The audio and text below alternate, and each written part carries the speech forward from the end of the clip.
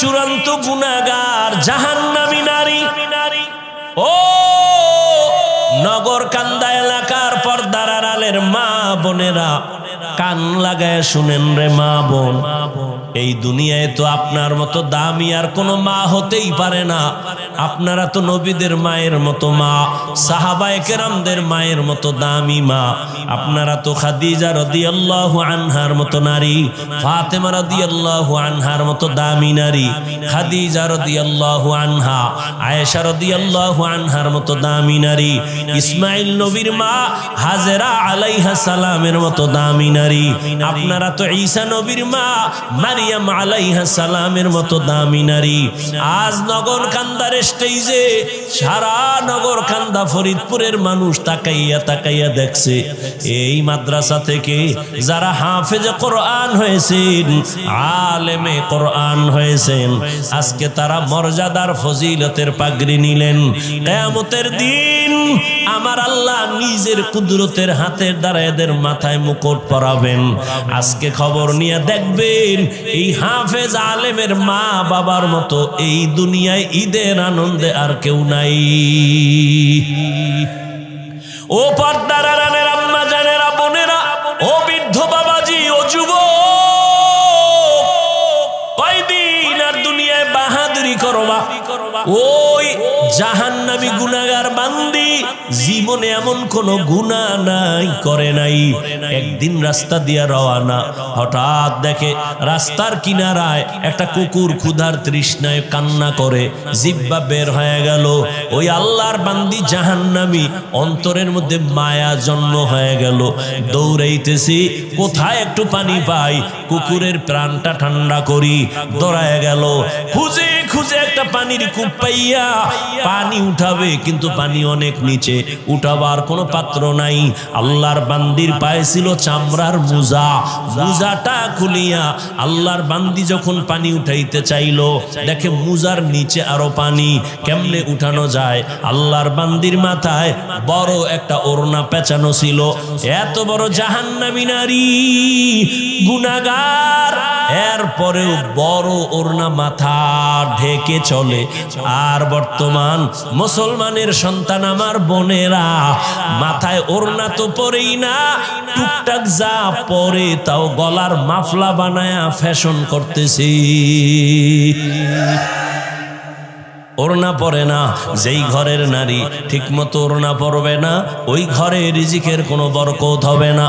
এরে আম্মা জান, ওই জাহান্নামী নারী ওড়না খুলিয়া ওড়নার এক মাথা মুজার সাথে বেঁধে পানি উঠাইয়া একটা দৌড় দিয়া কুকুরটারে পানি পান করায় দিছে। কুকুর ঠান্ডা মাথায় ঘুমায় পড়েছে। রহমতের নবী হাদিস শুনাইতেছেন সাহাবাদেরকে, ও সাহাবায়ে কেরাম, ওই মহিলাটা পানি পান করানো মাত্র একটা গায়েবী আওয়াজ কে যেন ডেকে বলে, ও আল্লাহর বান্দি, জীবনে যত গুনাহ করছো, এই কুকুরের পানি পান করাবার মতো একটা ভালো আমল করেছো, এর বরকতে তোমার জীবনের সব গুনাহ মাফ হয়ে গেছে। আতিনা ফি দারে দুনিয়া না হাসান, আতিনা ফি দারে উকবা না হাসান, ইয়া গিয়াসাল মুস্তাগীসিন ইহদিনা লিফতিখারা বিল উলুমে ওয়াল গিনা। হর গরিদে নেকো তু তৈয়ার है जो न मांगे उससे तू बेजार है। আল্লাহ তাআলা বলেন, ও দুনিয়ার মানুষ, আমি রবের সাথে যদি মোলাকাত করতে চাও, আল্লাহ রবের সাথে মোলাকাত দিবেন অবশ্যই, তবে দুনিয়াতে দিবেন না। কিয়ামতের ময়দানে আল্লাহ জান্নাতের মধ্যে ঢুকাইয়া মোলাকাত দিবেন। ও আল্লাহর বান্দা, ওই রবের মোলাকাত রাখাত যদি চাও দুনিয়ার হায়াতে নেক আমল করিয়া যাইও, তবে বেশি আমলের প্রয়োজন নাই, অল্প আমল করো, তবে ইখলাস নিয়ে আমল করো, আল্লাহর জন্যই করো। ও বান্দা, তোমার অল্প আমল আল্লাহ নাজাতের দরজা খুলিয়া দিবেন। ও আল্লাহর বান্দারা, ভালো করে চিন্তা করো। আজ এখানে আমি যে বয়ান করতেছি রে যুবক, আমি একবারও বলি নাই আমি পাস করলি মাথায় দিছি তুমিও দাও, না হয় জাহান্নামে যাইবা। আমি কওমি মাদ্রাসায় লেখাপড়া করেছি, তুমি যদি না পড়ো জাহান্নামে যাইবা বলি নাই রে বাবা। স্কুল সারো, কলেজ সারিয়া মাদ্রাসায় যাও, একবারও বলি নাই। বরং আমি তোমাকে একটা পরামর্শ দিব, তুমি তোমার জায়গায় থেকে কিভাবে জান্নাতের পথ পাইবা। ব্যবসা করো, বাধা নাই। চাকরি করো, বাধা নাই। লেখাপড়া করো, বাধা নাই। স্কুলে কলেজে পড়ো, বাধা নাই। ওখানে থাইকা জান্নাতের পথটা খুঁজো। কেমনে তুমি জান্নাতের পথ পাইতে পারো? তোমার মতো যুবক, ডাক্তার, প্রফেসর, ইঞ্জিনিয়ার, 5 ওয়াক্ত নামাজি দাড়িওয়ালা আসেনি, তাহলে তাকে তো জাহান্নামী বলা যাবে না। ও চাকরিজীবী বাবা, আপনার মতো চাকরিজীবী চাকরির ফাঁকে দিয়া নামাজ ছাড়ে না, বলেন আপনি কেন পারবেন না? ও ব্যবসায়ী ভাই, আপনার মতো কত ব্যবসায়ী ব্যবসা করে, কাস্টমারের সাথে 2 নাম্বারই করে না, হালাল ভাবে চলে, সত্য কথা বলেন, নামাজের সময় নামাজ পড়ে, আপনি কেন পারবেন না? ও পর্দার আড়ালের আম্মা জানেরা, আপনার মতো কত মা কত বোন এখনো আছে পর্দা করে, মোবাইলে চরিত্র বিক্রি করে না, নামাজ ছাড়ে না, স্বামীর মাল হেফাজত করে, সন্তানগুলোকে আদর্শওয়ালা বানানোর চেষ্টা করে। ও আম্মা জান, আপনি কেন পারবেন না? এরে আম্মা জান, আপনারা তো দামি নারী।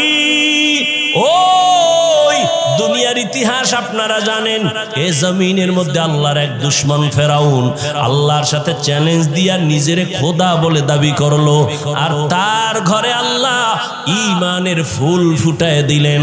ওই বেঈমানের ঘরে তার স্ত্রীর নাম জানেননি? আসিয়া। আল্লাহ তারে এমন ভাবে কবুল করেছেন, রহমতের নবী বলেন কিয়ামতের দিন আসিয়ার সাথে আমি মুহাম্মদের সাথে বিবাহের বন্ধন হয়ে যাবে। এরে নগর কান্দার পর্দার আড়ালের মা, আপনার স্বামী তো ফেরাউনের মতো খারাপ না।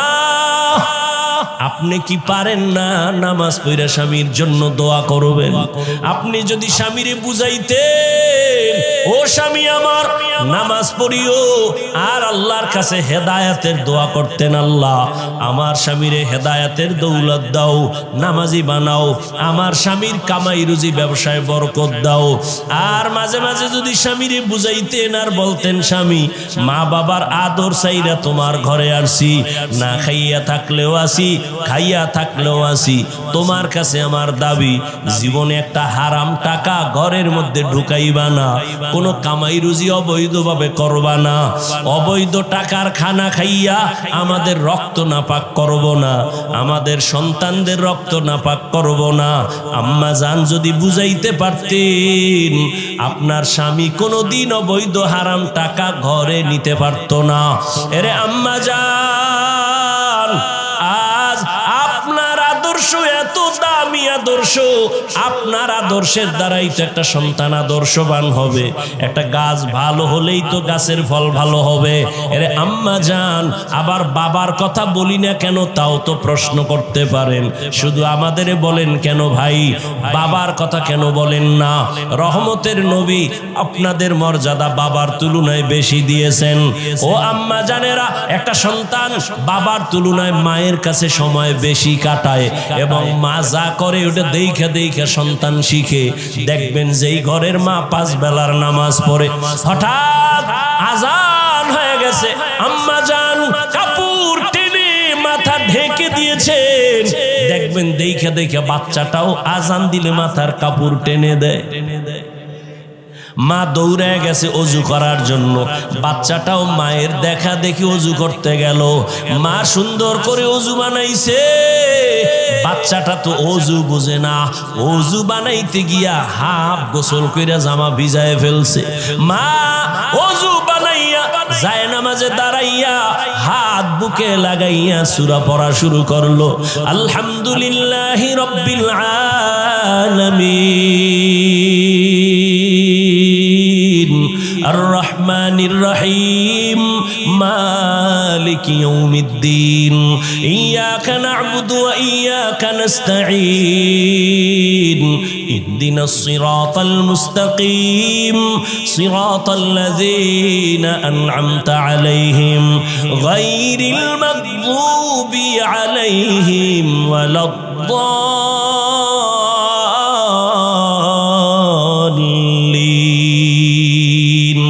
বাচ্চা তো বুঝে না মা কি পড়ে। ওই বাচ্চাটা মায়ের ঠোঁটের দিকে তাকাইয়া দেখি মা ঠোঁট নাড়ায়, ওই বাচ্চাটাও দাঁড়ায় দাঁড়ায় ঠোঁট নাড়ায়। মা যখন রুকুর ভেতরে যায় সন্তানটাও রুকুর মধ্যে যায়, মা যখন সেজদায় চলে যায় বাচ্চাটাও সেজদায় যায়। মা সেজদা দেয় নাক আর কপাল লাগাইয়া, বাচ্চাটা গাল লাগায় মায়ের মুখের দিকে তাকায়, দেখে মা ঠোঁট নাড়ায়, বাচ্চাটাও ঠোঁট নাড়ায়। আমার রবের অন্তরে মায়ার জোশ। আল্লাহ বলেন ফেরেশতা দেখ ওই বাচ্চাটা কি তামাশা করে, ঠোঁট নাড়ায় কেন? বলে আল্লাহ ওর মা ঠোঁট নাড়ায়। ওর মা কি বলে? ইয়া আল্লাহ, ওর মা বলে সুবহানা রাব্বিয়াল আ'লা। আল্লাহ কয় ফেরেশতা ওই বাচ্চাটাও বলে সুবহানা রাব্বিয়াল আ'লা, ওর সওয়াবটা মায়ের আমলনামায় উঠায়া দাও। এর এলাকার মা বোনেরা ও যুবক, লেখাপড়া করে একজন ডাক্তার হও বাধা নাই, অন্তর ভরে দোয়া করে গেলাম। এই এলাকার মুসলমান নগরকান্দা মাদ্রাসার মানুষ দুইজন আল্লাহর প্রিয় বান্দা আমার ডানে বামে বসা আছেন। দোয়া নিও রে বাবা, উলামায়ে কেরামের দোয়া ছাড়া সফলতা জীবনে আসবে না। যতই বাহাদুরি করো মা বাবার দোয়া ছাড়া জীবনে সফল হতে পারবা না। মুরব্বী শিক্ষকদের দোয়া ছাড়া সফলতা জীবনে আসবে না। আল্লাহর জাতের কসম, ওই মা বাবার দোয়া না নিয়ে আগাইতে পারবা না। ও যুবক, ডাক্তার হও, ইঞ্জিনিয়ার হও, প্রফেসর হও, তবে আমার ছোট্ট তোমার কাছে দাবি জীবনে বেয়াদব হইও না। মা বাবার দোয়া নিয়া, শিক্ষকের দোয়া নিয়া, উলামায়ে কেরামের দোয়া নিয়া ডাক্তার যদি হইতে পারো জীবনটা তোমার সফল। মরিয়া গেল মানুষ দোয়া করবে, স্মরণ করবে। ইঞ্জিনিয়ার হইলেও তুমি সফল, আল্লাহ জান্নাতের পথ তোমার আসান করে দিবে। মা বাবার দোয়া ছাড়া তুমি এখনো কিন্তু বেঁচে নাই। ওই মা বাবার চোখের পানির দোয়া, ওই দোয়ার কারণে আজ আমি হাফিজুর রহমান চেয়ারে বসছি, বয়ান করতেছি। কিন্তু এটাও ভালো কইরা শোন, জীবনে তো গুনাহ কম করলি না। আমার আম্মা জান আমার জন্য দোয়া করছেন, আমার আব্বা জান আমার জন্য দোয়া করছেন ঠিক, তবে এই চেয়ারে বৈশা বয়ান করা আমার আব্বা শিখান নাই, আমার আব্বা জান আমার মা শিখান নাই। এই বয়ান করা শিখাইছেন হাতে ধইরা আমার ওস্তাদ, আমার শিক্ষক হাতে কলমে ধরে ধরে শিখাইছেন, বয়ান শিখাইছেন, পড়া শিখাইছেন, কোরআন পড়াইছেন, তরজমা পড়াইছেন, ব্যাখ্যা পড়াইছেন। অতএব আমার আব্বা আম্মার দোয়ার পরের স্টেশন আমার ওস্তাদের দোয়া, এর পরের স্টেশন আমার উলামায়ে কেরাম মুরব্বিদের দোয়া। দোয়া না নিয়ে কোনো দিন বান্দা আগাইতে পারবে না। ওই জন্য খবরদার, মা বাবার দোয়া নিও রে যুবক। পরীক্ষায় তুমি পার যদি করতে চাও মা বাবার দোয়া ছাড়া করতে পারবা না। ওই মা বাবার চোখের পানি আর দোয়া তোমার জন্য কত আশীর্বাদ হয়ে আছে। তুমি মা বাবার দোয়ার কারণেই তো আজকে টাকার মালিক, মা বাবার চোখের পানি আর দোয়ার কারণে তুমি আজ বাড়ির মালিক, তুমি আজ গাড়ির মালিক, সম্মানের মালিক। ওই মা বাবা তোমার জন্য জীবনটা উৎসর্গ করে দিয়েছেন।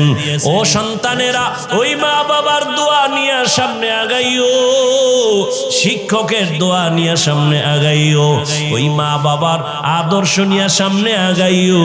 জীবনটা তোমার ধন্য হতে হবে। ধন্য যদি করতে চাও আদবওয়ালা জিন্দেগি নিয়ে সামনে আগাও। দোয়া যদি নিতে নাও পারো রে যুবক, অঙ্গীকার কর এই প্যান্ডেল থেকে মরিয়া গেল মা বাবার দোয়া যদি নিতে নাও পারি কোনোদিন বেয়াদবি করে বরদোয়া নিব না।